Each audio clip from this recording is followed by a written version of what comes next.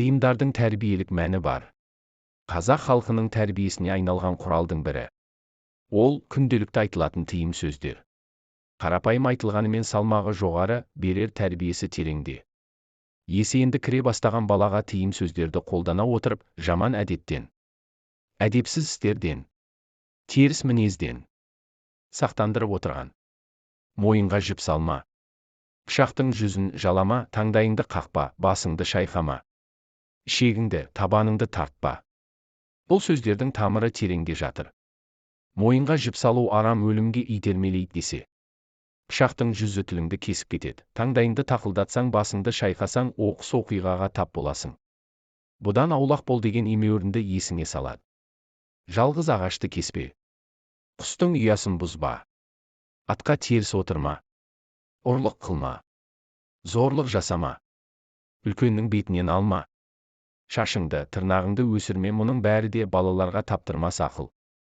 Егер осыны ұл мен қыздың санасына сіңірсек, теріс қылық, жат іске олар бармайды.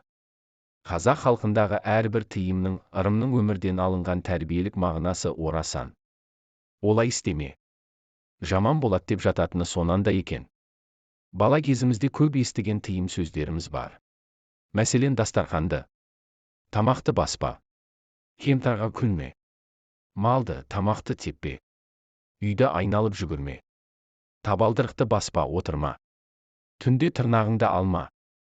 Түнде ыдыс аяқтың бетін ашық қалдырма. Үлкендердің жолын кеспе, сөзін бөлме.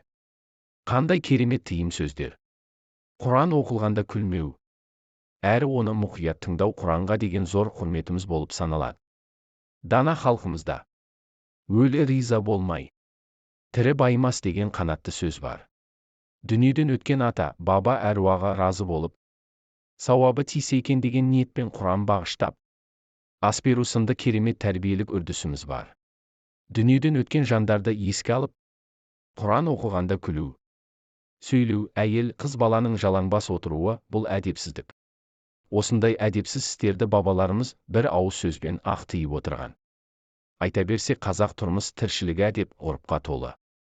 Өкінішке орай құнды бабалар сөздері тек кітап ішінде ғана сақталып, халықтың күнделікті тіршілік ісіне қолданылмай көкірек көзінен алыс кетуінде.